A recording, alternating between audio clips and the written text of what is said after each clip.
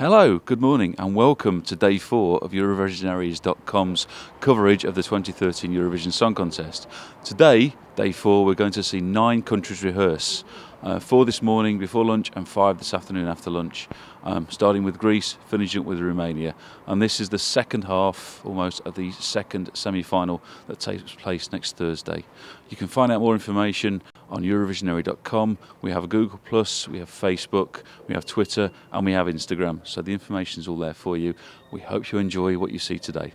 Thank you. First on today, we've just seen the Greeks rehearse. An interesting way to start the day, and it didn't disappoint. It's a very busy song, it's a very uplifting song, it's fast, it's up-tempo, and the stage show goes with it. We've got 6 guys on stage. There's our lead singer who's got his big bouzouki and his big hairy moustache. He's joined on stage by 2 guitarists, a trumpeter, accordionist, and a drummer. The set is very busy. The background, it's yellows, greens, whites, reds, all just to fit in with the up-tempo nature of the song. What do the guys do? The guys, there's a lot of movement. They run around the stage, they run down the catwalk, they do a bit of moving around there, they run back up the catwalk. At one point the lights go down and the instruments are all partly luminous, which is an interesting effect. It's all really good. It's going to be one of those vote sponge songs. It's going to get lots of votes from lots of countries. Maybe not big votes, but it's going to be enough to get it through to the final. So in that respect, this is definitely going to qualify. Second to rehearse today was the Israeli entry by Moran Mazur. Now this is one of those big old ballads that will appeal to a certain person out, certain people out there that like this sort of thing. It's not necessarily my sort of thing, but for those that do like ballads, this is a good one. It's powerful, it's atmospheric, a bit like the set. It ticks all the right boxes in the ballad sort of thing. I'll come to what she looks like in a moment. The set's dark, just to convey the atmosphere of it being a moody song. Moran's accompanied on stage by a guy at a big grand piano and 2 backing singers, one guy, one girl. Moran's dress is pretty much the same as the one that she wore in the national final. It's black with sort of white piping and bits of glitter here, there and everywhere. It's got a very, very, very long plunging neckline. You don't actually know not actually sure where it's going to stop. It goes down that far. Behind her, she's got a long train that's sort of laid out very nicely behind her. Someone in the press has said it sounded a bit like Millie in Part 2, and I'm actually inclined to agree with them. As I say, if you like ballads, this is probably the sort of thing you like. It's not my sort of thing. So, will it qualify? I personally don't think it will. I might have offended all you ballad fans out there, but I don't think this one is going to qualify. And it's not necessarily because of the song, it's because of how she looks. It just looks a bit not quite right. But who knows? They've got another rehearsal in a few days' time, so we may have a better idea by then. After Israel, we have our second band of the day, Armenia's Dorians. I'm not totally sure what to make of this one, really. It didn't seem a very strong national final as far as I was concerned. It was probably the best song of the national final. Whether it's going to qualify, I don't think it will. I'll tell you a bit about it. It's a dark set again. This just seems to be a bit of a theme here. All the action seems to be on the stage itself rather than on the background. The Dorians they're a 5-piece band. You've got a guy on drums, a guy on keyboards, 2 guitarists, and the lead singer Gore. They were dressed in sort of various combinations of denim and t-shirts and things. I'm not sure whether that's what they're going to be wearing next Thursday, but that sort of look would probably suit a song like this. It does what it does. It's not outstanding. It bumbles along. It was written by, co-written by Tommy Iommi, who is a big name in heavy metal circles, but you wouldn't know from it really. I just don't really see it qualifying. It's got a big ballad ahead of it which will appeal to a certain audience. It's got another quirky song after it which will also generate a bit of interest, and it's sort of a bit ordinary in the middle of these. It may pick up votes. There are lots of Armenians out in Europe that will vote en masse for this sort of thing, but on balance, I don't think it's going to be qualifying. Final country to rehearse this morning was Hungary. A lot of people are tipping this one as a dark horse, and to be honest, I'm quite inclined to agree with them. It got the biggest round of applause in the cinema where we're all placed this morning. What does it look like? Well, the backdrop is the worst of the song in the style of the video that was released as the official preview video. All nice and trippy, but very happy and friendly. Friendly writing would be a good word to describe it. There's three of them on stage. By Alex he's dressed quite quirkily, big glasses, big baseball cap, sort of how you'd expect someone in the 20s to dress. He's with a guy sat on a big high stool playing the guitar, and a female backing singer. It all looks really effective, actually, in a minimalist sort of way. It's very close. It's a sort of song that doesn't need a big action. It's just small and close, and almost like a lullaby, as someone said.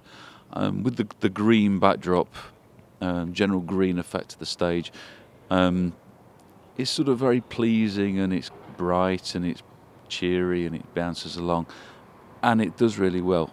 It's after Armenia, it will probably make the viewers of Europe sit up and think, hey, this is one worth voting for. So will it get to the final? Yes, it should do. Okay, we've had a bit of lunch, and the first song of the afternoon was a rehearsal from Norway, another big fan favourite like Denmark that we saw earlier in the week. It's all good. It's basically all good. They've kept it very much the same as you saw in the national final earlier this year. She's in a white dress. If anything, it's slightly different and even more figure hugging, which raises, it gets your attention. I'll put it that way. She's got a pianist on stage, and she's got 2 or 3 backing singers just to help her along a little bit. They're all in the dark, but they're there. You can sort of see them. It's a very stark backdrop to go with, like the severe nature of the song. She's pretty much got it all right. They may need to do a bit of working on some of the camera angles, but that's to be expected from a first rehearsal. Other than that, it's pretty much there, I think it's fair to say, and it's looking good. It's going to sail through to the final. We know that. If it gets a good draw in the final, then we could well be in Oslo or Bergen next year. Next after Norway, we had Albania. Another very completely different, contrasting song to what we've got. In fact, not just the Norway on before it, but pretty much to all of the songs that we've heard so far, and we'll hear later on this afternoon. It's prog rock, I've been told. Prog rock is the term for this sort of thing. It's a big band number.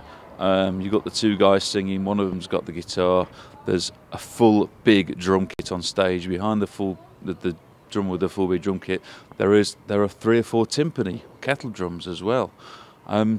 It's in your face. There's lots of black and red and gold behind the stage. There's a lot of moving around. One of the singers moves down to the small stage at the front of the catwalk to do his little guitar solo in the middle, and before running back to join the rest of the band. I do like the way it's been put across. Whether the sort of people watching in Europe on a Thursday night are going to like this sort of thing, the juries might do, because it's very well constructed and they put a lot of thought into it, and it's a decent song that was standalone outside of Eurovision. Whether it will qualify is another matter. It all depends on the audience on the Thursday night. I'd like to see it through, but at the moment I'd like to see all of them go through. But someone's got to go home. This one may actually be one of those that go home, which would be a bit of a shame, really. The rehearsals continued this afternoon with Georgia, which is another one of those contest favourites. Very similar to Elenicky, who won for Azerbaijan a couple of years ago, and it may still have the same appeal. They're on stage. He's in a black suit, she's in a long white dress. They've got several backing singers behind them, and they start a part, they sing their own little bit separately, and then they move together for the first chorus, and they stay together, sort of singing facing each other and then singing facing the crowd. It all looks really effective. The only downer is they need to put a bit more feeling into how they're feeling about each other. It seems like they're just going through the motions. They don't need to do that much work to it to overcome this little problem, to be honest. So it may well score a huge amount of votes come next Thursday. What else can we say about it? Just apart from that little thing, maybe a few little camera angles here and there, but they've got a second rehearsal to work on. They will probably be fine. Fourth song of the afternoon, rather, is the Swiss song. Now we all know where they went through the controversy of having to rename themselves from Heil's Army because of the connotations. So they're now known as Takasa, which is a Swahili word, so we understand. Or it could also mean the artist known as Salvation Army. You can decide which one of them is right, which one you think is right. So what do we have? We have the six of them on stage. They're all standing in a line. We have the musicians on the edges, and the two that are doing most of the singing are in the middle. They're all matchingly dressed, white shirts with a little "Together We're One" emblem on the breast, and they're all wearing either jeans or dark trousers in the case of the 94-year-old double bass player. They sing it really well. It's a really happy, clappy song. They've said themselves it could be in a similar vein to Malta, which of course we've heard previously. So they may be vying for the same votes. I don't think they are. I think they're very distinct songs. Switzerland could get through on their own merits. It's all very happy and joyous, and if people want a bit of an uplifting message, then this is the song for them. How will again, there's not much work needs to be done to it. Maybe a few camera angles here and there again. They've got another rehearsal to turn all that around. We'll have to see how they go, so stay tuned for how we think they do on their next rehearsal. Finally, song number 5 this afternoon, song number 9 of the day, the last one in the second semi-final of the Eurovision Song Contest, is Romania. Now, you all remember Cezar's slightly over-the-top performance in the national final. Well, it's over the top and then some. It's got absolutely everything. The motif is red. There's some red lamps hanging down behind him. The backdrop is red. He's in a long black coat. It's so long it starts up here obviously and goes down to his feet. There's a lot of hairy chest and there's a massive big crucifix there. It's just over the top. He starts singing. There's a huge red cloth underneath him that starts bursting into action. What's going to come from that, we think? A load of dancers. So they all appear from this red cloth. They move around, doing lots of things. Towards the end of the song, they hold this cloth up and Cezar rises up. Sort of similar to the Moldovan song, but it's in a darker way, a more gothic way. It's just a great, to be honest, it's a very great way to end a semi-final because there's so much going off. It goes out on a high.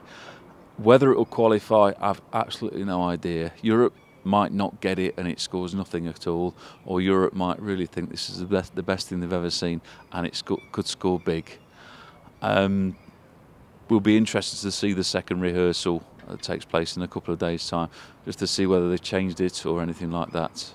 So that's the end of day 4 of the 2013 Eurovision Song Contest. We've now told you all about the rehearsals for all of the semi-finalists over the past 4 days. There will be more to come over the coming days from the Eurovisionary team. We hope you've enjoyed what you've seen so far. I hope you found it very informative.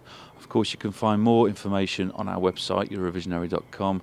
There is our Facebook page, there is our Twitter feed, there is Google+, there is Instagram. There's all that information there at your fingertips should you wish to find out more.